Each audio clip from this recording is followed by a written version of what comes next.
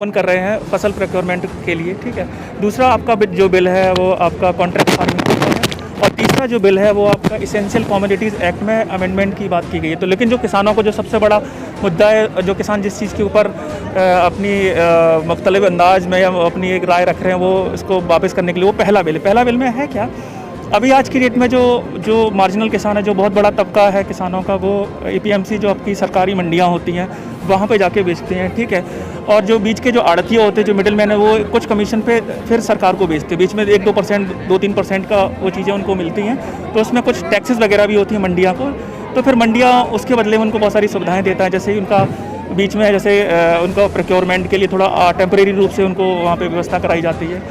तो अब आज की डेट में और एमएसपी फिर जैसे सपोज 1800 एमएसपी है, 1700 एमएसपी है, तो उनको 1600 मतलब इस टाइप से जो एक एडिक्वेट जो प्राइस होता है उनको दे दिया जाता है। अब इसमें कंसर्न उनका क्या है, उनका जो किसानों को जो सबसे बड़ा डर ये है कि प्राइवेट सेक्टर जो खुल जाने से होगा क्या कि सपोज दैट एमएसपी जो गवर्नमेंट ने निर्धारित की है कि जैसे किसी गेहूँ के लिए 2100 है, वो जो बड़ी जो फर्म जो क्या नाम जो टाइकून्स हैं, बिजनेस टाइकून्स हैं, वो शुरुआत में हो सकता है 2200, 2500, 2400, 2600 यहाँ तक वो दे सकते हैं।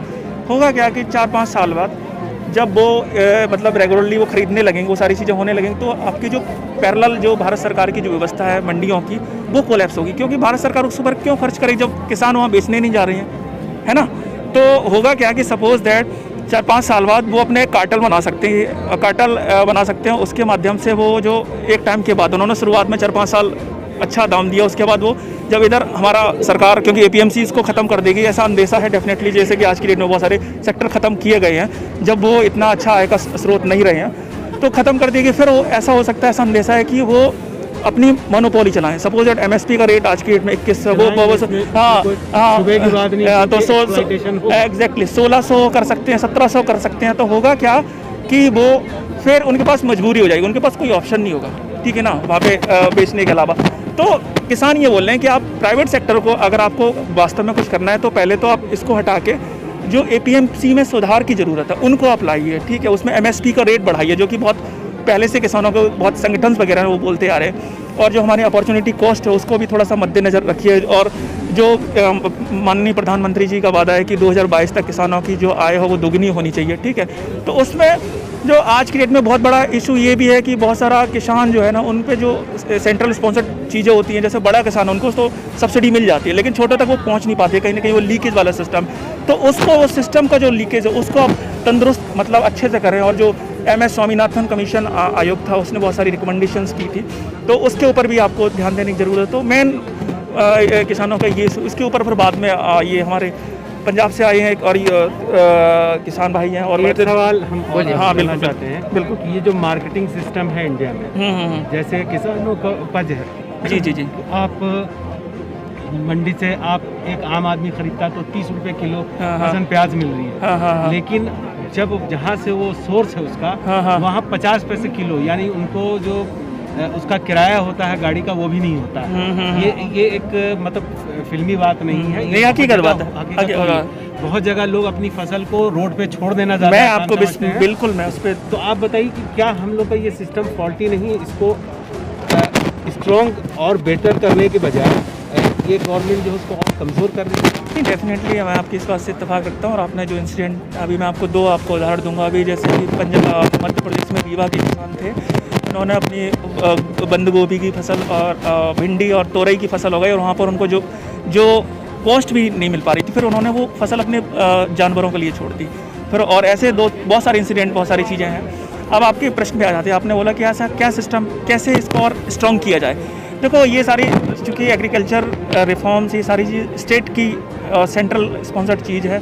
सेंट्रल अगर चाह ले तो बहुत कुछ हो सकता है। आपने देखा कि अभी बिहार में अभी तो जो चुनाव हुए, ये स्ट्रॉन्ग विल पावर, मतलब जब चुनाव होने थे तब तो उन्होंने जिस हिसाब से कोविड को मतलब जो नियम थे कैसे तार किए अपनी चीज़ों के लिए, तो वो सारी चीज़ें कर देते हैं। लेकिन जो किसान, जो हमारे यहाँ का अन्नदाता 85% जो मार्जिनल किसान है, उनके लिए जितनी दिक्कत और हो रही है, और जिस हिसाब से प्राइवेट सेक्टर को बढ़ाते चले जा रहे हो, और किसानों का जो डेट है, जो किसान सुसाइड रेट है वो बढ़ता ही चला जा रहा है। तो इसमें आपको सबसे बड़ी दोनों जो सरकार है, स्टेट गवर्नमेंट है, सेंट्रल गवर्नमेंट, दोनों लोगों को एक कोऑपरेटिव फेडरलिज्म के माध्यम से आपसी सामंजस्य से उस पर काम करना पड़ेगा। जो स्टेक होल्डर्स हैं, जो किसान यूनियन संगठन के स्टेक होल्डर्स हैं, उनसे बात करनी पड़ेगी, उनके साथ बैठना पड़ेगा।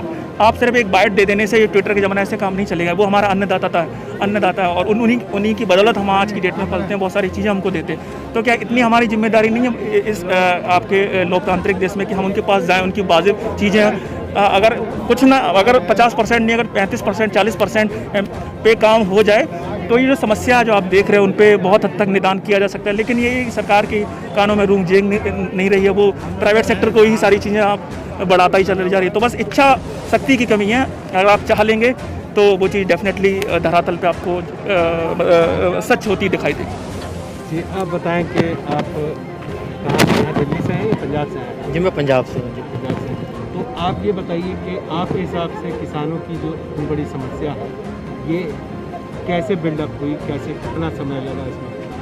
क्योंकि बोलिए क्वेश्चन पूरा कीजिए अपना। आप इससे पहले कांग्रेस की भी जो पॉलिसी थी वो भी ज़्यादा इससे फर्क नहीं करती जी। किसानों की, लेकिन इस गवर्नमेंट के अंडर में किसान की हालत और बुरी हो गई है। देखिए क्या है कि जो इस बीजेपी सरकार का जो एजेंडा है, बेसिकली इनका सारा एजेंडा रहता है प्राइवेटाइजेशन के ऊपर। ये चाहते हैं कि हर एक सेक्टर को प्राइवेटाइज कर दिया जाए और सिमिलरली ये यही चीज़ एग्रीकल्चर में भी करना चाह रहे हैं। देखिए सबसे बड़ा मुद्दा क्या है कि जो फार्मर्स हैं हमारे, इनका ये डर है कि आगे जाकर, वैसे देखा जाए तो एमएसपी का कोई क्लॉज नहीं है कि एमएसपी को हटाया जाएगा, बट इन द फ्यूचर देखा जाए तो इनका यही डर है कि आगे जाकर क्या पता सरकार एमएसपी को हटा दे। और अगर आप पंजाब के फार्मर्स के बारे में अगर बात की जाए तो पंजाब के फार्मर्स का जो मेन चीज़ है वो एमएसपी के ऊपर ही है। क्योंकि क्या है कि जब प्राइस फॉल होते हैं तो सरकार ही होती है जो इनको एक अच्छा प्राइस दे सकती है एमएसपी पे। ठीक है जी। तो अभी इनका मेन डर ये है कि एमएसपी को हटा देंगे तो फिर इनका जो भी इनकम होगी तो वो चली जाएगी। तो बेसिकली देखा जाए तो ये चीज़ है इसमें। आप देखिए किसानों को दोनों तरह से दबाया जाता है। अगर प्राइस फॉल होती है तो वो कहते हैं कि भाई हम अब नहीं खरीदेंगे, कुछ बहाने से उसको कर देते हैं कि सड़ा हुआ है, आलू ख़राब है। लेकिन अगर वो प्राइस बढ़ जाती है तो वही गवर्नमेंट फोर्स करती है कि आप अपना होर्डिंग नहीं कर सकते हैं, आप इसको अनाज को निकालिए बाहर जी, है ना। जो गेहूं है, जो चावल है, जो टमाटर है, अगर रेट बढ़ जाता है मार्केट में 60, 70, 80 रुपये आता तो उसी किसान को उसकी उपज के लिए प्रेशर देते हैं आप निकालिए। हो सकता है वो 1 महीना कोल्ड स्टोरेज में रख के बेचे तो उसकी रेट जो उसको ज़्यादा मिले, 100 रुपये मिले, 80 रुपये मिले, उसको भी कमाने का हक है। बिल्कुल। तो यही गवर्नमेंट उसको जो है रोकती है।